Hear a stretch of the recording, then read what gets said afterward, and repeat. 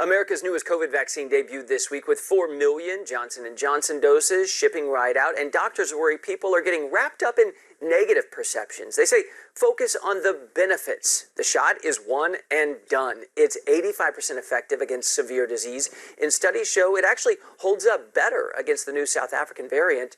But for some Americans, getting the J&J serum is also a crisis of faith because of what's in the shot. With me now is Jessica Moerman. She's the Senior Director for Science and Policy at the Evangelical Environmental Network. All right, Jessica, so is there aborted fetal tissue in the Johnson & Johnson vaccine? There is not aborted fetal tissue in the vaccine itself, but the dilemma arises from the fact that it's using cell lines that were derived decades ago from an aborted fetus.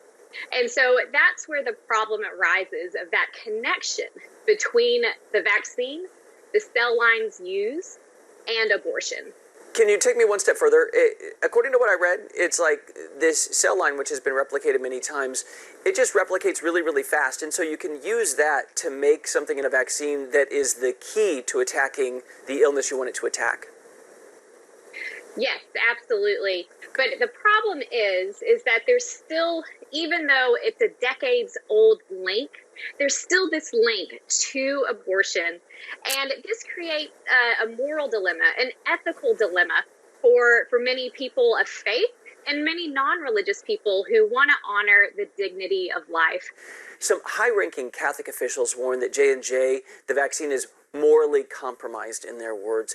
Why would that apply to cloned cells? Because, again, the original cells, which were aborted, are no longer even in this. So why are these objectionable? So the objection really arises from that link, no matter how distant it is. And this is a problem that comes in many different ways in the scientific process. Science has a lamentable history, and I can say this as a scientist myself, of a problem of consent, especially amongst vulnerable populations. Whenever those cells were taken, was there consent for using them in this way?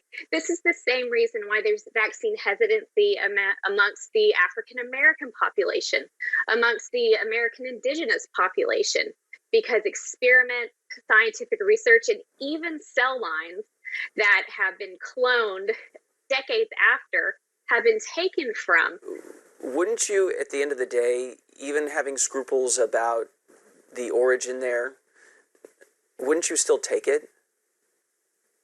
Absolutely. Right now, we're in a position where we do have to take it, and that the moral qualms, and this is what the Catholic bishops state, the moral qualms shouldn't outweigh taking the vaccine. And we can get fetal tissue in another way that doesn't have the same moral dilemmas or consent problems. Jessica, I'm glad that you underscore that at the end of the day, they're saying this might not be ideal, but you should definitely protect yourself and your neighbors if at all possible. And I'm so glad that you took the time, being someone of faith, but also a PhD who can help us understand the intersection of these issues. Jessica Moerman with the Evangelical Environmental Network. Jessica, thanks. Thanks so much.